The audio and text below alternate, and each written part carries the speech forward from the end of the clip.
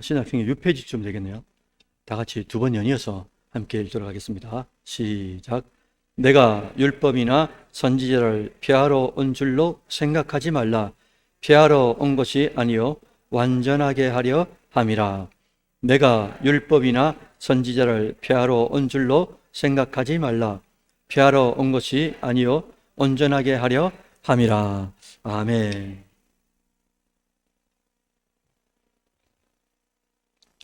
예, 여러분들 이 밤에 너무나 반갑습니다. 오늘 저녁에 설교 제목 뭡니까? 예, 기독교의 뿌리 유대교를 알자죠. 지난주에는 설교가 뭐였죠? 기독교 그리고 개신교를 아는 거였죠. 기독교의 뿌리 유대교가 뭘까? 오늘 말씀을 잘 들으셨다가 손주들한테 다음 세대한테 잘 한번 가르쳐 주셨으면 좋겠어요. 사랑하는 여러분들, 우리가 현재 예수님을 믿습니다. 그리고 따라갑니다. 그리고 이제 그걸 이제 복음 안에 살아간다고 그러잖아요. 그 복음이 어디서 시작되었는지를 아는 것, 이게 대단히 중요합니다. 그래서 마태복음 5장 17절 이 한 절에서도 주님께서 하시는 말씀이 뭐냐? 예수님의 말씀 중에서도 그 뿌리를 분명히 드러내는 구절이라는 거예요. 예수님은 율법과 선지자, 곧 유대교의 전통을 뭐하러 온 게 아니라고요?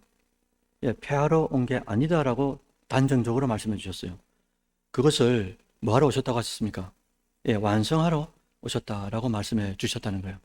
이 말씀 안에는 기독교가 완전히 새로운 종교가 아니다라는 것을 내포하고 있습니다. 뿐만 아니라 유대교를 기반으로 완성된 종교다라는 것을 또한 내포하고 있다는 말씀인 거예요. 예수님 자신도 여러분들 뭐로 태어난 겁니까? 유대인으로 태어났죠. 그 다음에 회당에서 예수님이 듣기도 하고 또 가르치기도 했습니다. 또 유월절을 예수님이 지키셨죠. 우리가 예수님의 삶을 깊이 묵상할수록 유대교 전통, 유대교 이 전통이라든지 전승과 밀접하게 예수님의 생애, 예수님의 사역, 또 우리가 배우게 되는 성경 속에서의 여러 가지 교훈들이 같이 연결되어 있다는 것을 우리가 깨닫게 되더라라는 거예요. 오늘 본문에서도 예수님은 폐하러 온 게 아니다. 그리고 완전하게 하려고 왔다. 라고 하신 것은 예수님이 율법을 가볍게 여긴 게 아니고요.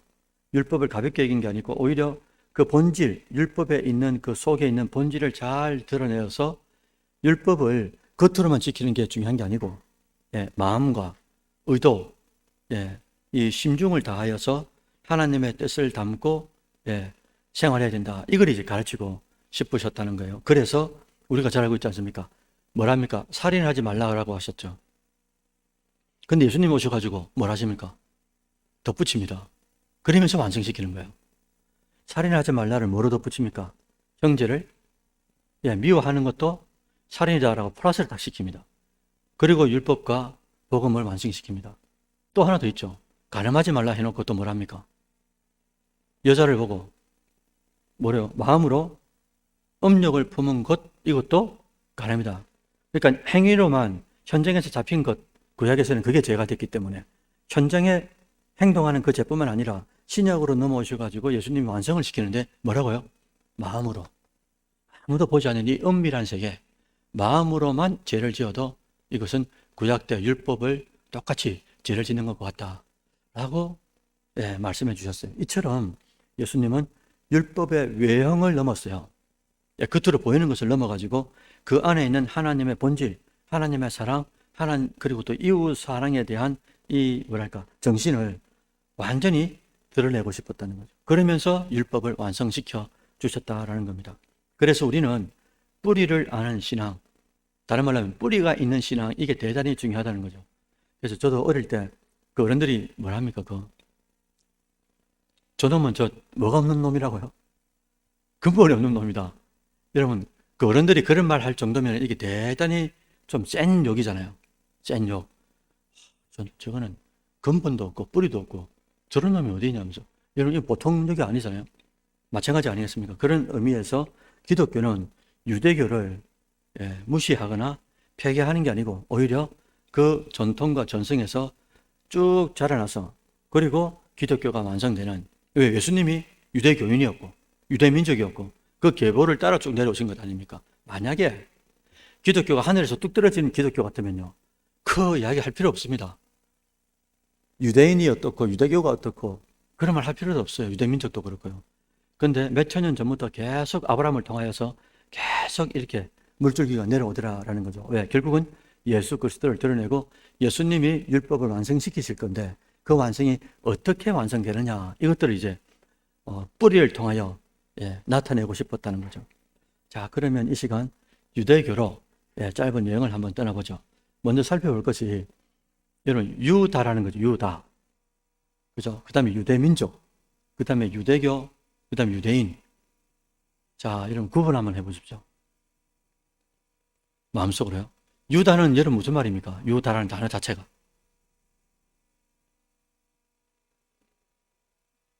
유대민족은 무슨 말이죠? 뭐가 유대민족인 겁니까? 그리고 유대인은 뭐가 유대인이고, 유대교는 또 뭐가 유대교입니까? 개념을 한번 잡아볼 테니까 심플하거든요. 여러분 잘 아시는 내용이에요. 유다라는 말은 사람 이름이죠. 그죠? 그래서 이 야곱의 몇째 아들요? 르시레유 단나카라 이스요베니까 르시레유, 유죠, 유.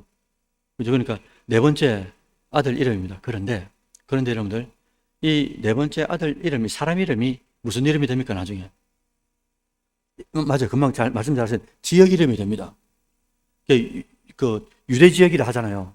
그죠? 위에는 갈릴리, 그죠? 그 다음에 뭡니까? 사마리아, 그 다음에 유대 지역이라고 말씀할 때 유대 지역이라고도 말합니다. 그 다음에 유대 뭐라죠? 민족이라고도 말을 해요. 그러니까 사람 이름이 뭐가 된 겁니까? 지명 이름이 되고 사람 이름이 민족의 이름이 이제 돼버린 거죠. 유다라는 이름 됐죠. 그 다음에 유대 민족은 뭐냐? 유다나, 유대나, 유테나 다 똑같은 말입니다. 유다는 사람 이름이었고 유대 민족. 그 다음에 지금 가면은 뭐랍니까? 주라 그러죠. 유태인들, 유태인, 이것도 똑같은 말입니다. 유대민족이란 뭐냐? 이게 약간 좀 이제 지식이 좀 있어야 되는데요. 유대민족이라는 거는 솔로몬 왕이 죽는 그 해, BC 930년 아닙니까? 그때 딱 죽는데, 죽을 때 르호보암 왕하고 그 솔로몬의 오른팔이었던 여로보암 왕이 쉽게 말하면 쿠데타를 일으키죠. 그래가지고 어디로 갑니까? 남쪽으로 10지파를 데리고 쭉 올라가서 뭘 만듭니까? 나라를 만드는데 그걸 뭐라 그러죠? 이스라엘 이렇게 말하면 북쪽을 말하고요. 남쪽은 뭡니까? 유다라 그러죠. 남유다 혹은 북이스라엘 이렇게 말하지만은 보통 이제 글을 쓸 때나 작문을 할 때는 이스라엘 말하면 북을 말하고요. 근데 남쪽은 유다라고 말하잖아요. 북쪽에 가서 10지파가 갔으니까 이스라엘이라고 이름을 붙였어요. 그런데 남쪽은 뭐가 됩니까? 유다가 되죠. 유다. 여러분들, 왜 남쪽이 유다가 될까요? 유대가 될까요? 남쪽에 남은 지파가 누구입니까? 무슨 지파가 남은 거죠? 10지파가 올라갔으면 2지파가 남았죠. 2지파가 무슨 지파죠? 유다 지파하고 베냐민 지파죠. 막내 지파. 이 2지파가 남았는데 그 지파 남은 민족들 중에 대다수의 지파가 누구 지파냐니까 유다 지파입니다. 그래서 밑에 남쪽을 나중에 이제 민족이 되지만 나라가 되지만 유다 지파라고 이제 말을 한 거죠. 유대인은 뭘까요, 여러분들? 그러면 유대인은 유다 지파 사람들을 말하는 거죠. 유다 지파 사람들 유대인이라고 그러고, 유대교는 뭡니까, 여러분들? 유대교도 조금 지식이 필요한데요. 유대교는 유대인들이 믿는 종교죠. 그죠? 아브라함을 믿음의 시조로 시작해가지고 모세를 통해서 이 율법이 주어지고, 그리고 또 모세 오경, 이 토라라 그러는데, 토라를 경전으로 믿는 민족, 그 사람들이 믿는 종교, 그걸 유대교라 그래요. 그러면 유대교는 언제부터 시작되었을까? 이게 이제 재밌는데요. 우리가 나중에 이제 성경 파노라마도 할 테지만은, 보면은 BC 722년도에 북왕국 이스라엘이 누구한테 멸망합니까? 아수르라는 나라한테 멸망을 하게 되잖아요. 그래서 이제 패망하고 식민지가 되죠. 그리고 북이스라엘은 결국 어떻게 되니까 신앙의 정통성을 다 잃어버립니다. 왜 잃어버리냐니까 북쪽에 아수르가 무슨 정책을 치냐니까 동화 정책을 씁니다. 그래서 잡다한 민족들하고 섞어버립니다. 그래가지고 자폰을 해버리는 거예요. 다른 민족과 막 결혼하고, 그러면서 하나님을 잊어버리고 그들이 가지고 온 종교들 막 이게 짬뽕이 돼버린 거죠. 그 북이스라엘을 남유다 사람들이 볼 때는 뭐로 본 겁니까? 성경이 뭐라 됐냐니까 개돼지로 본 겁니다. 그러니까 믿다가 떠났다가 믿다가 떠났다가 믿다가 떠났다가 계속 그러니까 남유다에 있는 사람들, 유대인들은, 유대민족들은 자기 스스로는 우리가 선민이고 끝까지 믿음의 정통성을 지켰기 때문에 너희들은 우리하고 상종할 존재가 안 된다라고 선을 그어버렸어요. 그래서 나중에 수르바벨이 와가지고 성전을 제2성전을 짓는데 그때 어떻게 합니까? 사마리아 사람들이 내려와가지고 야야야 우리도 성전 지어줄 테니까 같이 동력하지 이랬더니 한마디 대꾸도 안 합니다. 왜? 너희들은 이미 하나님께로부터 버려진 족속이기 때문에 우리하고 상종할 존재가 안 된다라고 선을 그어버린 거죠. 그런데 나중에 문제는 이 선민사상 자체가 독약이 돼버린 거죠. 그래서 여러분 잘 아시는 서기관, 바리새인, 대제사장 이 사람들이 어떻게 합니까? 우리는 택함받은 민족이니까. 그래서 예수님께서 오셔가지고 뚜껑을 딱 열어보니까 완전 회칠한 무덤이고 냄새밖에 안 나고 안에는 하나님을 아는 지식도 없고 하나님을 믿는 믿음도 없으니 예수를 알아볼 수 없는 그런 존재들이 돼버렸다는 거죠. 그래서 예수님이 오셔가지고 가장 질타하는 족속이 누굽니까? 바리새인, 서기관, 장로, 그죠? 대제사장 전부 다 유대 관료들. 이 사람들이 결국은 누굴 죽입니까? 유대인이었던 유대 관료들이 예수를 모르니까 알아야 되는데 당연히 관료들이 당연히 알아야 되는데 예수가 누군지를 모르는 거예요. 좀 이따 말씀드리겠지만 왜 모르느냐? 성경을 안다고 하면서 진짜 몰랐던 거예요. 성경을 모르는 거예요. 말씀을 모르는 거예요. 그래서 북쪽이 이제 망하게 됐죠. 남쪽은 하나님께서 이미 북쪽이 BC 722년도에 망하게 해놓고 그 다음에 134년 이후에 남유다도 망하게 합니다. 어느 민족한테요? 바벨로니아 혹은 바벨론한테 1차, 2차, 3차 해가지고 3차에 완전 깡그리 다 무너지고 시드기야 20번째 왕이 이 족쇄 차고 그죠? 눈 뽑혀가지고 잡혀가면서 왕도 없고 주권도 없고 땅도 없고 완전 피폐해져가지고 완전히 이제 말살되게 되었죠. 그때 이 바벨론에 쳐들어왔을 때 쳐들어올 때마다 이 유대인들이 다 어떻게 합니까? 전 세계로 흩어졌어요. 그래서 흩어진 유대인들을 뭐라 그럽니까? 그렇죠. 디아스포라가 무슨 뜻이냐니까 흩어졌다라는 뜻입니다. 흩어졌다. 그래서 우리가 보통 말할 때는 기독교에서는 흩어진 유대인들을 디아스포라라고 이제 말을 하는 거죠. 흩어졌다 이 의미이기 때문에. 그래서 남유다도 멸망을 했어요. 멸망한 이후에 세계적으로 흩어진 이 디아스포라들은 자신들의 잘못을 깨닫습니다. 그리고 무슨 운동을 일으키냐니까 우리가 어떻게 이렇게 야훼 하나님, 신적 존재 하나님을 우리가 망각하고 이렇게 우리 마음대로 살겠노? 그래가지고 신앙의 회복 운동을 일으킵니다. 그 결과 탄생한 게 뭐냐니까? 유대교예요. 그러니까 흩어진 유대인들이 가는 곳곳마다 10명만 모여도 뭘 만드냐면 회당을 만듭니다. 회당을 만들고 그 회당 안에서 뭐 하냐니까 라바이라 그러거든요. 영어로. 랍비가 와가지고 뭘 가르칩니까? 토라를 가르치는 거예요. 토라를. 그래서 이제 유대교에 3대 기둥이 있는데 유대교가 되는 3대 필수품이 있습니다. 그게 뭐냐니까 회당, 그 다음에 랍비, 그 다음에 뭐라고요? 모세오경, 토라 이겁니다. 이걸 쉽게 말하면 우리가 지금 이렇게 앉아있죠. 교실이라고 칩시다. 교실이 있으면 교과서가 있어야 되죠. 그게 뭐라고요? 토라죠. 그럼 교과서가 있으면 누가 있어야 됩니까? 선생님이 있어야 되죠. 그걸 랍비라 그러잖아요. 그러니까 회당과 토라와 랍비, 교실과 교과서와 교사 이 세 가지로 구성돼야 하는 것이 뭐냐니까 유대교야. 그래서 유대인들은 전 세계에 흩어지잖아요. 흩어지면 10명만 딱 모여도 반드시 회당을 만듭니다. 그리고 수소문해가지고 랍비를 세웁니다.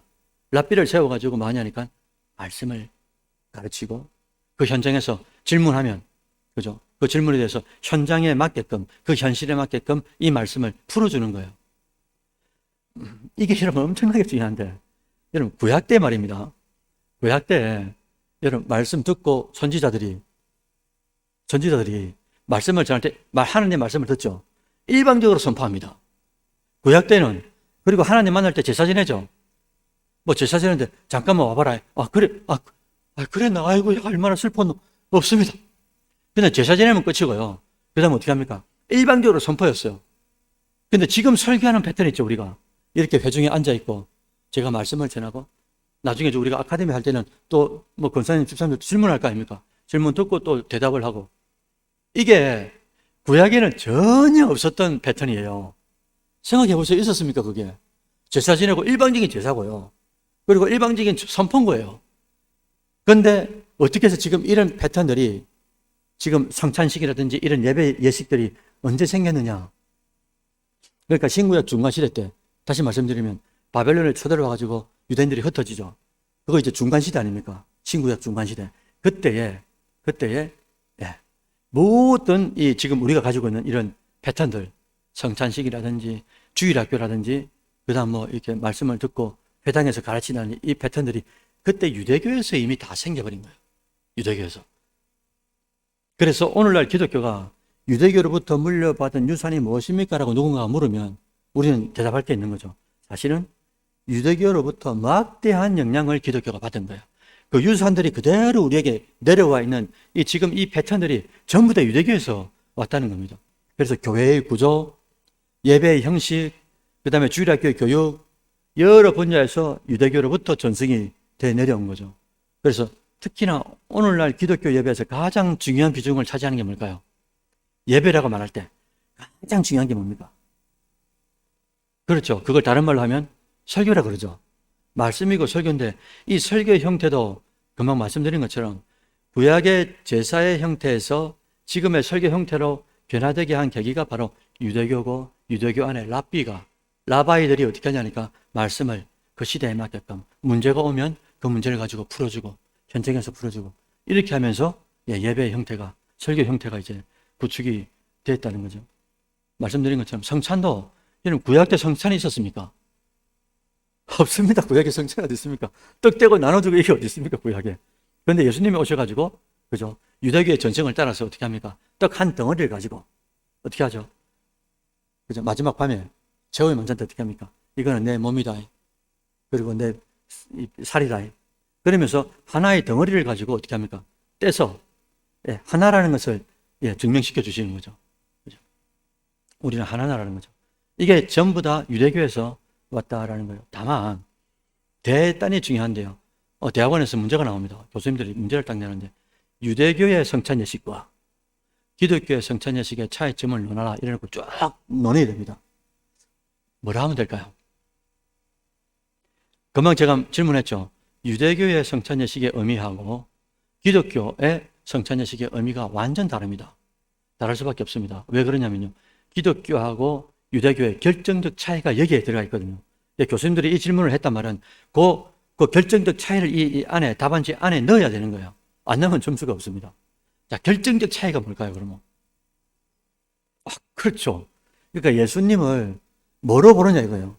예수님을 어떤 존재로 보느냐에 따라서 유대교가 되기도 하고 기독교가 되기도 하고 더 나아가서는 뭐냐면요. 우리 삶의 결정적 역할은 구원이잖아요. 여러분 유대교가 구원이 있습니까 없습니까? 이따 해보시죠 한번. 제가 우리 총회에다가 이단이라고 보고할 테니까. 유대교는 구원이 없어. 왜? 예수를 믿지 않는다는. 그래서 아까 말씀드렸잖아요. 대제사장, 서기관, 바리새인들 누굴 모르는 겁니까? 육체로 오신 하나님을 모르는 거예요. 왜 모르는다고요? 말씀을 정확하게 몰라서 그래요. 말씀을 모르는 거예요. 그래서 유대교와 기독교의 성찬 예식의 의미가 다르다. 그것은 결정적 차이 안에 있는데 그 결정적 차이라는 것은 예수를 유대교에서는 한 사람의 위인이나 성인이나 선지자로 보는 거예요. 우리는 누굽니까? 예수가 한 사람일 뿐만 아니라 완벽한 사람일 뿐만 아니라 그 다음 플러스 뭡니까? 완전한 신성을 가진 우리의 유일한 중보자요 구원자이신 예수님을 말해야 되는데 이게 없는 거죠. 그래서 유대교에서는 성찬 예식을 가지는 이유가 당연합니다. 이집트 애굽으로부터 해방된 것을 기념하는 거예요. 우리는 뭘 기념하는 겁니까? 예수님이 우리 십자가를 지시고 죽어주신 것, 부활하신 것, 이걸 이제 우리는 기념하시는. 그래서 예수님께서 말했습니까? 주면서 기념하라라고 하셨잖아요. 우리는 기념설 아닙니까? 우리가 지난주에 기독교와 개신교에 대해서 했죠. 기독교는 몇 가지가 있다고 말씀드렸어요. 뭡니까? 세 가지가.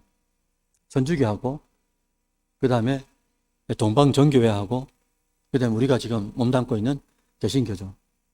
그리고 기독교라는 말은 어떻게 생겼다고 말씀드렸습니다. 뭐가 기독교라고 말씀드렸어요? 지금으로부터 2000년 전에 이스라엘 땅에 실존했던 나사렛 예수가 우리의 그리스도다. 이게 핵심 단어거든요. 2000년 전에 유대지방에 살았던 나사렛 예수가 우리의 구원자라고 믿는 그 사람들이 이 모인 교회, 모인 종교, 그걸 이제 기독교라고 말씀하시잖아요. 그래서 이스라엘 땅에 사셨던 예수님을 유일한 구원자로 믿는 종교, 그게 기독교다. 그러나 예수님 이전의 종교도 있었는데 그게 뭐였냐니까 구약 시대에는 야훼 종교, 그리고 이 야훼 종교가 지나가면서 뭐가 옵니까? 유대교가 믿는 유대 민족이 생기고 유대교가 생기게 되는 거고, 그 후에 주전 586년도에 남유다가 바벨론으로부터 멸망하고 흩어지면서 디아스포라가 형성되고, 새롭게 형성된 유대교에서 이게 뿌리가 되어가지고 나중에 뭐가 나왔다고요? 기독교가 탄생하게 되는. 그러니까 기독교의 뿌리는, 오늘 그래서 설교 제목이 뭡니까? 기독교의 뿌리라고 썼는가요? 기독교의 뿌리가 뭐라고요? 유대교가 되는 이유가 여기에 있다라고 이제 말씀을 드리는 거예요. 그래서 아까도 말씀드렸지만 기독교의 중요한 이 많은 이 예배 형식이라든지 내용이라든지 이런 것들을 유대교로부터 전승받은 것이 사실인데, 유대교하고 기독교의 결정적 차이는 여러분 말씀하신 것처럼 예수님을 누구로 보느냐. 유대교와 기독교가 판이하게 다르다. 그런데 여러분들, 이게 나중에 우리가 배울 텐데 이 조직신학이라고 있잖아요. 신론은 하나님을 말하는 거고요. 그 다음에 인간론, 인간은 이제 인재론이라고 그래요. 인간을 구원하기 위한 기독론. 그 다음에 기독론이 그리스도죠. 그리스도를 한자로 한 게 기독이라고 말씀드렸지 않습니까? 지난주에. 그 다음에 기독론 다음에 구원론이 나오고요. 구원받은 사람들이 모인 교회론이 나오고요. 교회론을 통해 가지고 주님께서 재림하시는 그날까지 기다리는 것, 종말론이 나옵니다. 이렇게 쭉 한 7개, 8개가 이제 조직신학 안에 있는데, 유대교하고 기독교는요, 신론은 똑같습니다. 하나님에 대해서는 똑같이 봐요. 근데 이게 조직신학에서 뭐가 다르다고 말씀드렸습니까? 기독론이 다른 거예요. 기독론, 결정적으로. 그래서 기독론은 어렵게 신학적으로 말하면 기독론이 다른데, 그들은 한 사람으로 보는 거고 우리는 유일한 구원자로 보는 거죠. 이렇게 그냥 끝나면 괜찮아요. 그냥 뭐 믿든지 말든지 그냥 그렇게 하면 되는데, 문제는 제가 초두에 뭐라고 했습니까? 이 믿음에 대한 대상이 정확하게 안 잡히니까 뭐가 없다고요? 구원의 유무가 판이하게 달라지는 겁니다. 예수를 믿지 않으면 구원이 없잖아요. 그래서 우리가 사도신경 하지 않습니까? 하나님을 믿고 예수님을 믿고 성령을 믿는데, 삼일째 하나님을 다 믿는데, 근데 우리가 진짜 믿어야 될 존재는 누구라고요? 믿음의 핵심 대상은 예수입니다. 그래서 유대교도 하나님을 믿고요, 이슬람교도 알라 하나님을 믿죠. 그 다음에 유대교도 야훼 하나님 믿죠. 다 하나님 믿습니다. 신적 존재를. 근데 하나님을 믿어도 구원이 없다니까요. 근데 우리는 누굴 믿는 겁니까? 육체로 오신 하나님을 믿는 거예요. 예수를 구원자로, 예수를 메시아로, 예수를 유일한 중보자로 믿는 것, 그게 이제 구원의 결정적 역할을 한다는 거죠. 그래서 예수님이 유일한 구원자라고 유대인들은 아직도 믿지 못하고 누굴 지금 기다리고 있는 겁니까? 지금도 메시아를 기다리고 있는 거예요. 초리에 말하는 메시아를 기다리고 있으니, 우리가 가만히 생각해 보면, 그래서 이제 우리 선후배들도, 선교하기 선후배들도 지금 어디로 갑니까?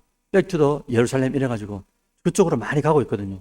그 예루살렘이 다 이제 예수를 믿게 되면은 다시금 주님께 재림하신다라는 게 있기 때문에, 그래서 그쪽으로 많이 가고, 그 다음에 우리 교회도 인터컵도 했다면서요. 인터컵 과격한 이 멤버들도 어떻게 합니까? 그쪽으로, 코로나 때도 그쪽으로 다 들어갔지 않습니까? 목숨 걸고, 그죠?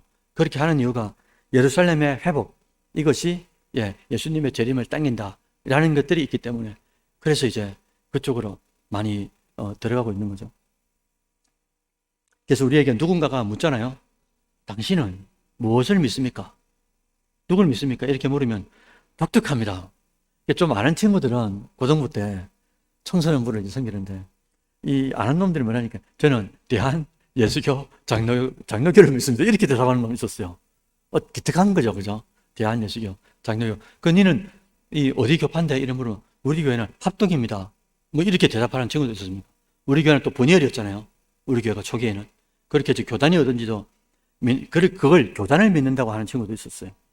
어떤 사람은 하나님을 믿습니다. 어떤 사람은 개신교를 믿습니다. 어떤 사람은 삼일체 하나님을 믿습니다. 다 좋아요. 장로교를 믿습니다. 뭐 다 좋은데 여러분 제일 정확한 대답이 뭡니까? 네, 저는 예수님을 유일한 구원자로 믿습니다. 라고 대답하는 게 제일 이제 정확한 대답이 되는 거예요. 여러분 유대교는 기독교에게 엄청난 좋은 유산들을 많이 남겨주셨어요.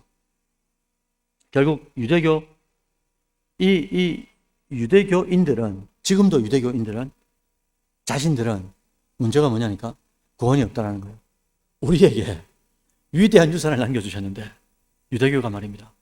그런데 결정적으로 너무나 아프고 아이러니한 게 그들에게 구원이 없다는 거예요.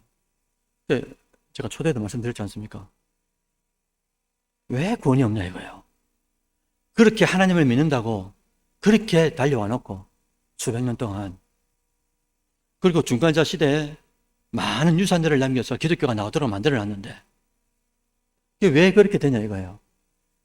그 신구약 중간 시대 때 하나님께서 빛을 닫아버리죠.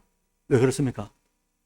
창세기부터 시작해가지고 그죠? 말라기까지 구약이 끝이 나지 않습니까?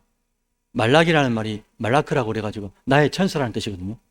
마지막 하나님께서 선지자를 보내가지고 너희들 지금 예배 드리는 태도, 너희 지금 11조 헌물, 그리고 너희 재물 드리는데 저는 거 병는 거 드리는 거 하나님 안 받는다. 정신 차리고 똑바로 드리라. 우리가 언제 안 드렸냐고 막 말라기한테 막 덤비니까 하나님께 참다 안 돼가지고 어떻게 합니까? 딱 빛을 딱 막으셨어요. 그래서 신구약 중간 시대를 다른 말로 뭐랍니까? 암흑 시대라 그러잖아요. 왜? 하나님의 빛된 이 의미, 하나님의 말씀, 하나님의 계시를 전하는 사람도 없어요. 아무도 하나님께서 허락하지 않았습니다. 그랬더니 영적 세계가 딱 닫히니까 뭐가 발달한 줄 압니까? 르네상스. 그리고 세상의 이성들, 철학, 과학, 의학. 그래서 수학의 아버지 피타고라스라든지 철학의 아버지 탈레스라든지 전부 다 신구약 중간 시대 때 전부 다 이성이 발달해가지고요. 그때 모든 학들이 이렇게 쫙 올라옵니다. 영적으로 딱 죽어버리니까 세상의 학들이 전부 다 수학, 과학, 기학, 철학 전부 다 이렇게 올라오는 거예요. 이 올라온 상태에서 세상의 문화가 엄청나게 이제 발달하게 되는 거죠. 그러니까 발달하는 그 가운데서 영적으로는 아무도 하나님의 계시, 음성, 말씀을 전하는 사람이 없다 보니까 그렇게 이제 죽어온 상태에서 그때 생겨난 종교가 뭐라고요? 유대교라니까요. 유대교. 그러니까 그때일수록 하나님의 말씀을 더 사모하고 기도하고 하나님 앞에 바짝 붙어 있어야 되는데 문화 자체, 세상 자체는 빛이 없는 상태였고 전해주는 사람도 없고 가르치는 사람도 없고 그러면서 유대교인들이 하나님 앞에 붙으려고 해도 아무것도 없다 보니까 그런 이제 밑바탕이 없었던 거죠. 그러니 나중에 예수님께서 짠짜라짠 나타나셨을 때 대제사장, 서기관, 바리새인 이 사람들이 하나님을 믿는다고 하는데 전부 다 껍데기였던 거죠. 그래서 예수님께서 하신 말씀이 외식이라는 단어가 그때 딱 등장하는 거죠. 외식, 겉으로 꾸미는 것. 그래서 예수님께서 오셔가지고 제가 말씀드렸지 않습니까? 예수님이 가장 많은 말씀 중에 하나가 산상수훈에서도 말하고요. 사람에게 보이려고 하지 마라. 이걸 무슨 말, 금방 제가 말씀드렸죠. 한자로. 외식하지 말아요. 외식하지 말고 아까 있죠. 그러니까 유대교인들이 구약 때 행위로만 행했을 때 간음죄가 되고 훔쳐야 도둑질이 되고 죽여야 살인자가 되는데 예수님께서 오셔가지고 뭘 플러스했다고요? 보이지 않는 이 마음의 세계도 은밀한 세계도 이미 죄와 연결시켜버렸죠. 그래서 더 어렵지만 근데 우리에게 더 가능한 게 뭡니까? 우리 안에 은밀하신 누가 들어오신 거죠? 성령이 들어오셔가지고 또 다른 법, 그전에는 양심의 법으로 말씀이 지식의 법으로 우리가 따라갔지만은 이제는 내 안에 누가 들어온 겁니까? 원저자, 성경의 원저자인 성령이 들어오셔가지고 내 양심의 법이 아니고 무슨 법이에요? 성령의 법으로 성경을 분별하도록 깨달을 수 있도록 그렇게 이제 만들어주시면서 우리가 모르고 있던 것까지도 성령께서 이제 밝혀주시는 거죠. 보여주시고 말씀해주시고 듣게 하시고 그러면서 우리가 하나하나 이제 분별하게 된 거죠. 그래서 말씀드린 바와 같이 유대교인들은 위대한 기독교 예수 그리스도를 구원자로 만드는 데 일조해놓고 자기들은 버림받는 이런 불상사를 일으킵니다. 그러니까 여러분들 결론인데요.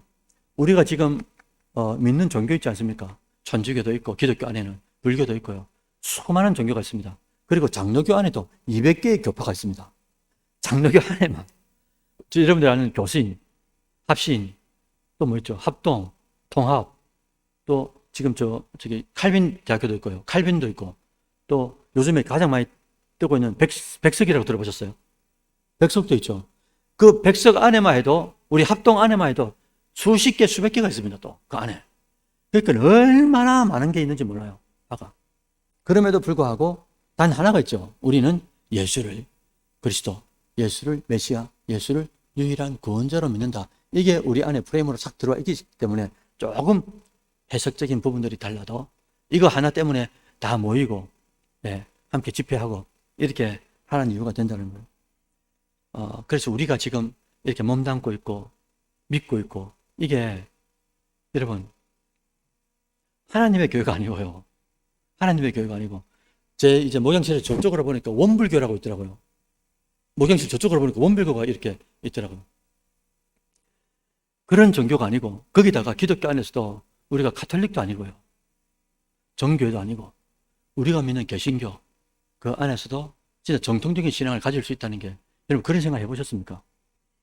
그 사람들이 믿는데, 안상홍을 믿는데, 예? 저 사람들이 진짜 진리를 안 믿고 있다고 생각하겠어요? 신천지를 믿고 있는데 이 사람들이 나는 진짜 진리를 안 믿는다라고 생각하겠습니까?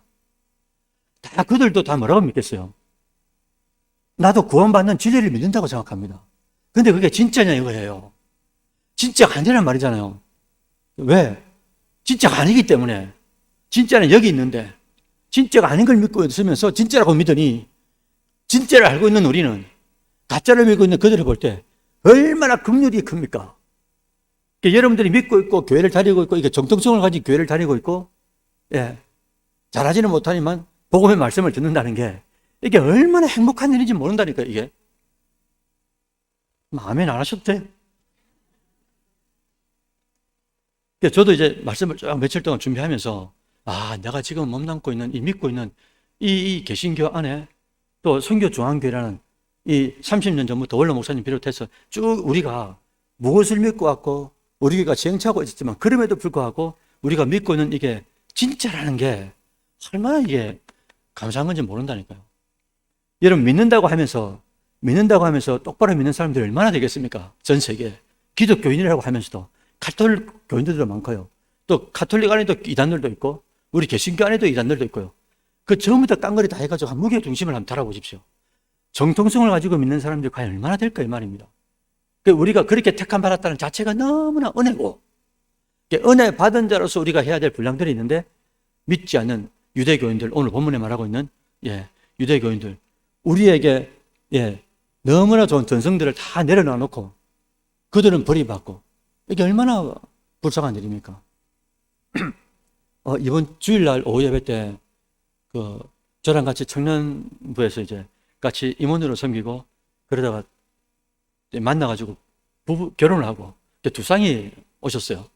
저희 이제 같이 늘 섬기면서 친동생처럼 지냈던 친구들인데, 그래 이 친구들이 왔는데,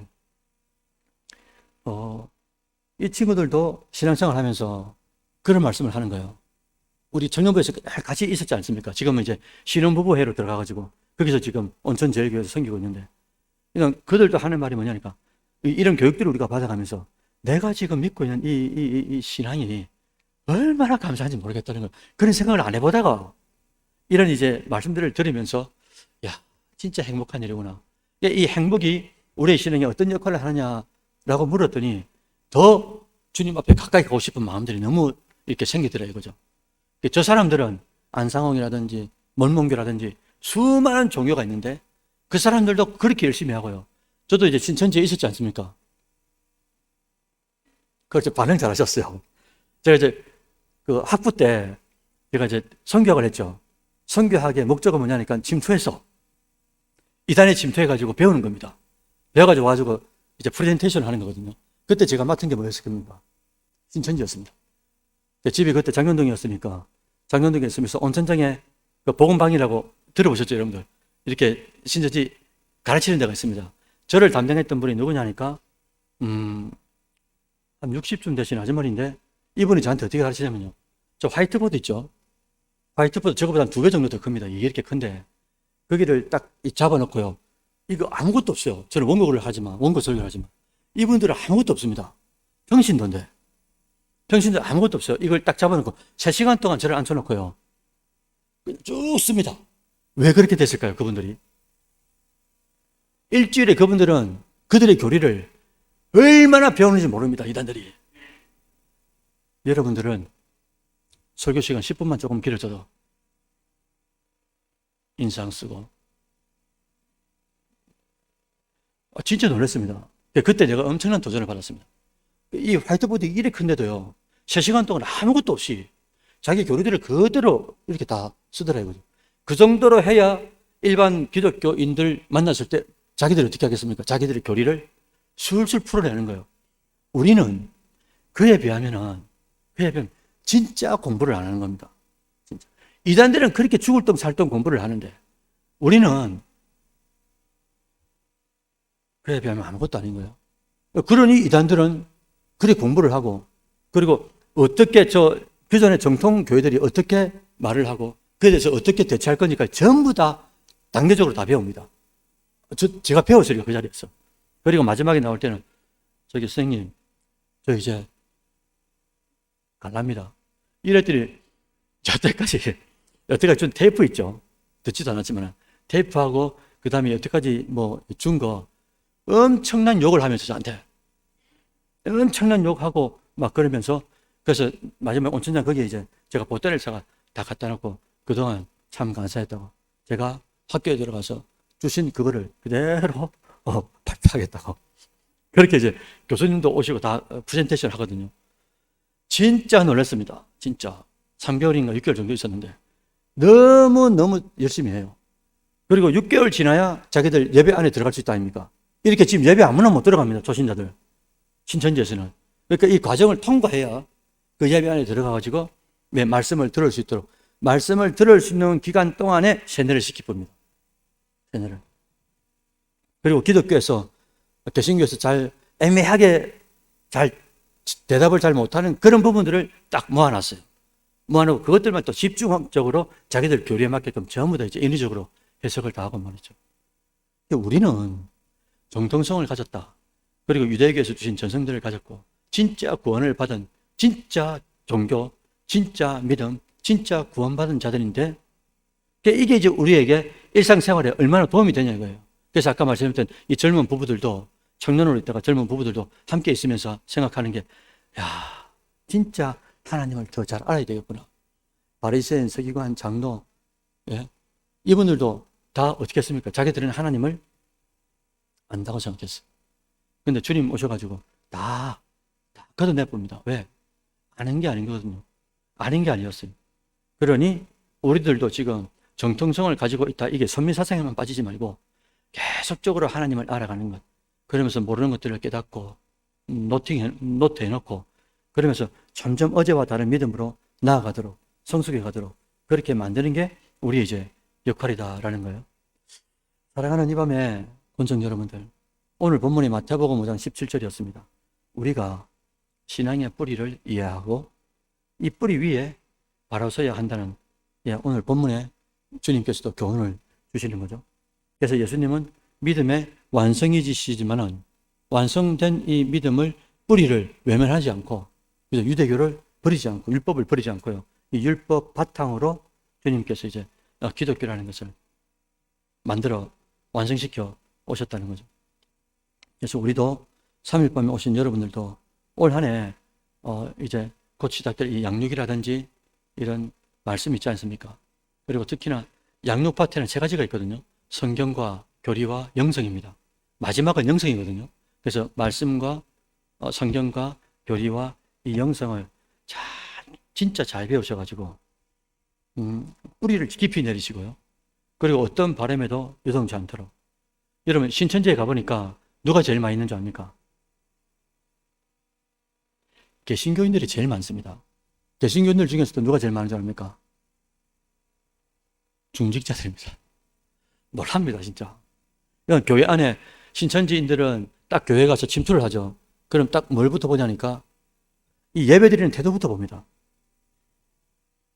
예배 드리는 태도부터 딱 보고 그걸 한 주, 두 주, 한 달, 두 달 딱 봅니다. 보고 난 뒤에 전부 다 체크합니다. 점수를 매깁니다. 그래가지고 자기들이 접근할 사람들을 접근합니다. 예배 드리는 태도가 이상하다, 바르지 않다.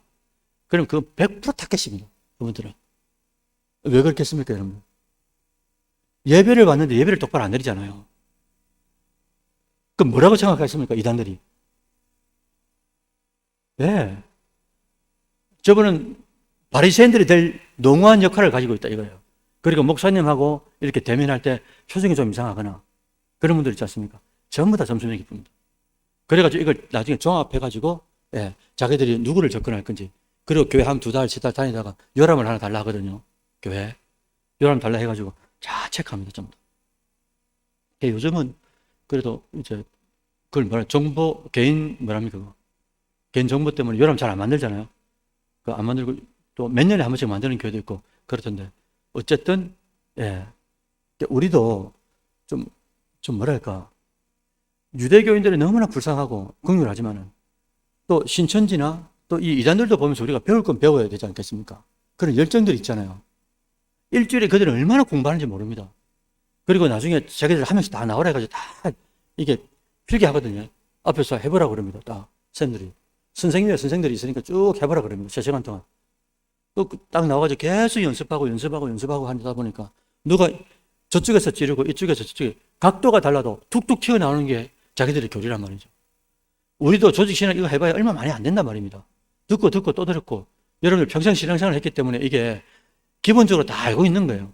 이거 체계적으로 잘 잡기만 하면 되는데, 그걸 이제 앞으로 할 테니까 여러분들도 시간이 돼서 오는 게 아니고요. 시간이 돼서 오는 건 누구나 다 하는 겁니다. 시간을 만들어야 되는 거예요. 시간을 어떻게 해서든 만들어가지고 거기에 참여하고 거기서 떨어지는 은혜들을 받고 내가 지금과 다른 내일을 만들겠다. 그래서 다른 심령들한테도 내가 이왕 한번 믿는 생활, 선교 중앙교에서 믿음의 어른이 되어가지고 나이만 먹는 사람이 아니고요. 믿음의 어른이 되어가지고 다음 세대를 위해서, 청년들을 위해서 내가 반드시 남긴다 이거죠. 뭐를요? 오늘 유대교가 기독교에 남겼던 좋은 전성들을, 그런 것들을 남기겠다는 그런 결단이 있어야 배움의 목적이 생기고, 때로는 또 피곤하고 가기 싫을 때도 얼마나 많겠습니까? 그런데 목적이 있으면 이 목적이 나를 어떻게 합니까? 그 자리에, 은혜 자리에 가도록 만드는 거잖아요. 아무쪼록 여러분들 올 한 해 양육과 말씀을 통해 가지고 성경, 교리, 영성을 잘 배우셔서 뿌리 깊이 내리는 신앙들이 되시고, 또 어떤 바람에도 잘 견디시고, 그리고 여러분들의 신앙이 다음 세대, 다다음 세대에 선한 영향력으로, 좋은 전성으로 유대교가 기독교에게 그런 영향력을 미친 것처럼 그런 개신교인, 선교, 중앙교회 어른들 되시기를 주의 이름으로 축원드립니다. 아멘.